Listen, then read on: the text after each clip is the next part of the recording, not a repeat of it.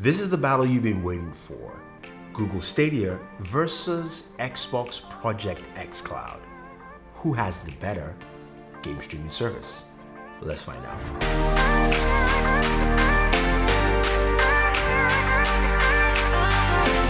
So Google Stadia is finally here. It's official, you can get it. I have one, you can go and buy it now. But I've also been using Project xCloud for quite a bit of time. Now, both of them are streaming services that give you the ability to stream your games to your mobile device, or in case of Stadia, you can stream to your TV through a Chromecast. You can stream on Chrome browser, either on your desktop or your laptop or Chromebook Go, and also your smartphone, which is currently limited to a Pixel device, so Pixel 4, Pixel 3, Pixel 4 XL, and so on and so forth. So what do we have with the Google Stadia? Now, when you get the Founders Edition, which retails for $129, you get a controller, you get a Chromecast Ultra, a specific one that works specifically for Stadia here. You get a charger, some cables, and boom, that's all you have. Now, the controller itself is a mixed hybrid between a PlayStation controller and an Xbox controller. It's got a Stadia button, which is kind of like your home button that shows you all your different stats.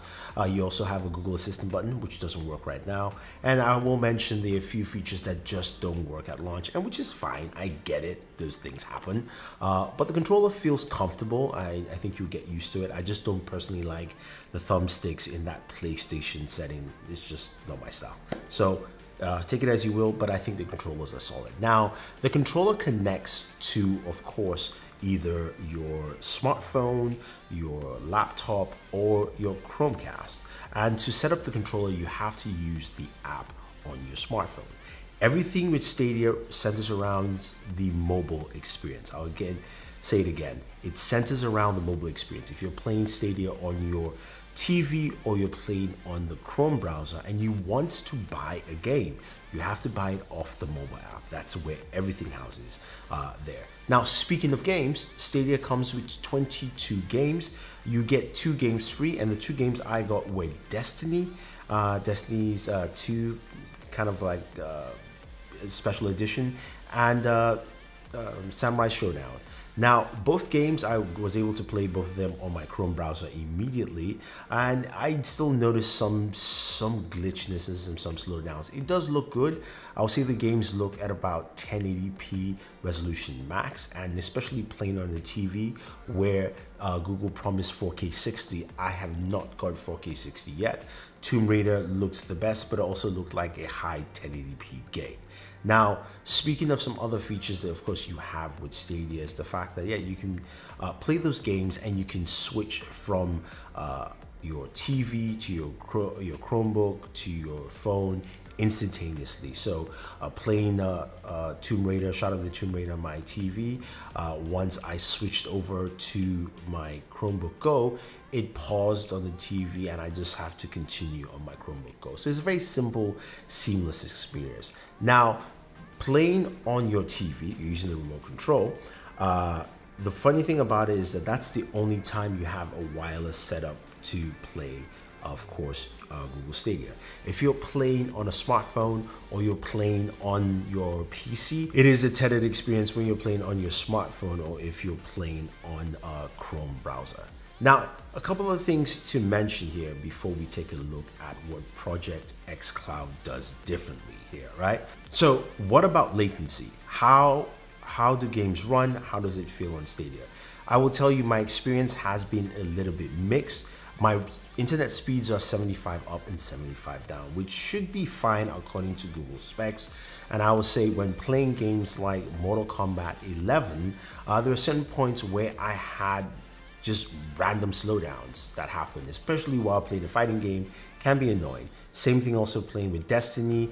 It was really twitchy with the controls. It was better with mouse and keyboard than with the controller, even though I was tethered in.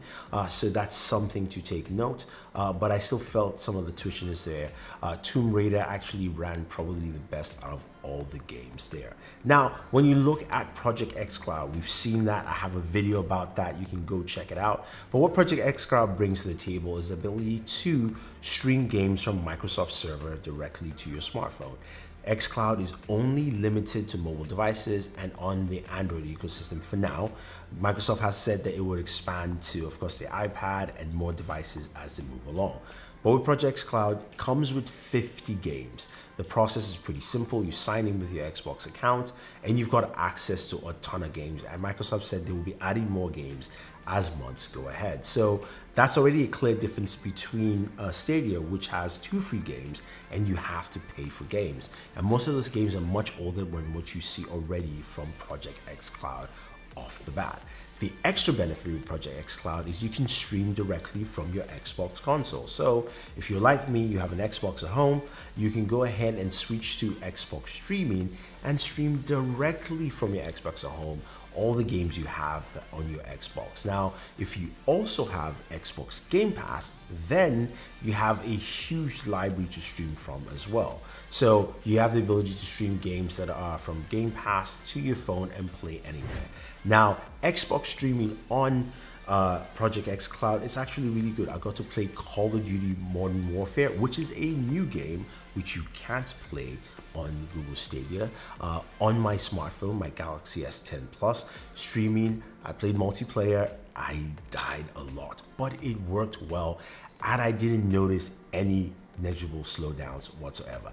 Now, just to let you know, Project xCloud is set at 720p on the mobile experience. That's what Microsoft has said, but it looks pretty good. I also got to play some Far Cry 5 as well, and that handled quite well. And finally played some Mortal Kombat 11, and I didn't experience slowdowns there. Now, playing, of course, Project Cloud games from the Microsoft server, I played a ton of games in my previous video, Forza Horizon, Gears 5, Halo 5. Now, I will say Gears 5 was the only game that had the most amount of latency issues, especially with audio syncing. Now, there's one key difference with both devices here. When we take a look at streaming Tomb Raider, Shadow of the Tomb Raider on both Stadia and Project xCloud. On Stadia, it runs really well. You're streaming on Wi-Fi. You can see the resolution is about 720p-ish or so on the Pixel 4, and everything ran pretty well. Now, on Project xCloud, also running at 720p. This is streaming from the xCloud servers, ran pretty well as well on Wi-Fi. And also when I switch to LTE, the one thing I noticed is that it will kind of take you out and take you back in.